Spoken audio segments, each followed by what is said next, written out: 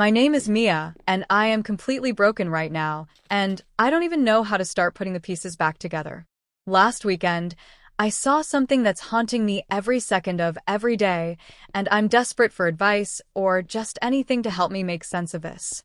I've been lurking on this sub for a while, but never thought I'd be posting, especially about something this messed up. I'm sorry if this is long, but I need to get it all out. Please bear with me. For context, I've been with my boyfriend Jake, 27M, for just under 2 years. We met at a mutual friend's birthday party, and it was one of those instant connection moments. He's charming, witty, and always made me feel so special. We've had our little arguments, sure, but nothing major. He's been there for me through tough times like when I lost my job last year, and we've talked about big stuff, moving in together, maybe even getting engaged someday. I thought we were solid. I thought he was my future. My mom, 46F, has been a huge part of my life too.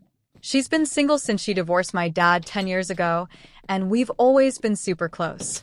She's the kind of mom who'd drop everything to help me, whether it was bringing me soup when I was sick or listening to me vent about life. She loved Jake, or at least I thought she did in a normal, he's good for my daughter way. She'd invite him over for Sunday roasts, and he'd help her with stuff like fixing her leaky tap or carrying heavy groceries. I thought it was sweet how well they got along. It made me feel like I'd found the perfect balance, a partner who fit into my family. God, I was so naive. Last Saturday, everything fell apart.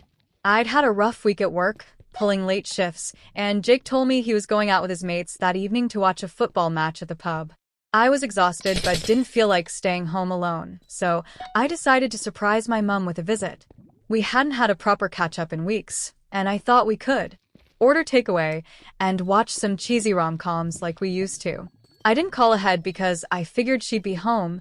She usually is on Saturday nights, and I wanted it to be a fun, spontaneous thing. I have a key to her house, so I let myself in around 7 p.m. The second I stepped inside, something felt off. The house was quiet, but I could hear faint noises coming from upstairs. At first, I thought maybe she was watching TV or listening to music, but as I stood there, my stomach started to churn. The sounds were unmistakable, moaning, creaking, the kind of noises you know aren't from a movie. My heart was racing, but I tried to rationalize it. Maybe she'd met someone? She hadn't mentioned dating anyone, but it wasn't impossible. Still, I couldn't shake this sick feeling. I called out, "Mom? You home?" No answer, just more of those sounds. I don't know why I didn't just leave, but I couldn't stop myself from going upstairs. It was like my body was moving on autopilot. I got to her bedroom door, which was slightly ajar, and pushed it open. That's when my entire world shattered. There, in my mom's bed, was Jake. With my mom. I can't even type the details without feeling like I'm going to throw up. They were so caught up they didn't even notice me at first, but when Jake's eyes met mine, his face went white.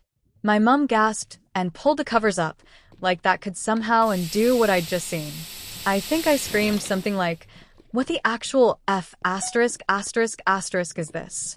I don't even remember exactly. I was in total shock. My vision was blurry with tears, and I felt like I couldn't breathe. Jake scrambled out of bed, grabbing his jeans and chasing after me as I stumbled downstairs. He was babbling, saying it just happened and that it didn't mean anything. My mom came down a minute later, wrapped in a robe, sobbing and saying she was so sorry, that she was lonely and made a terrible mistake. I couldn't even look at them. Their words just sounded like static in my head.